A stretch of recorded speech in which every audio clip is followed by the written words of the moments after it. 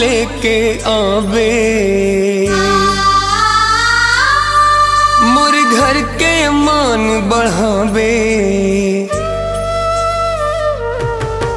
नव रूप लेके आवे, मोर घर के मान बढ़ावे। मोर घर दाई वो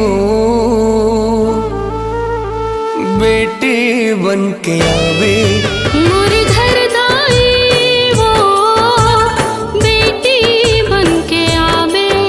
नव रूप लेके आवे, मोर घर के मान बढ़ावे।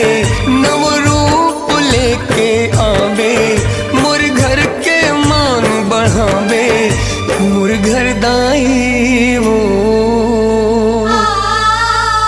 बेटी बन के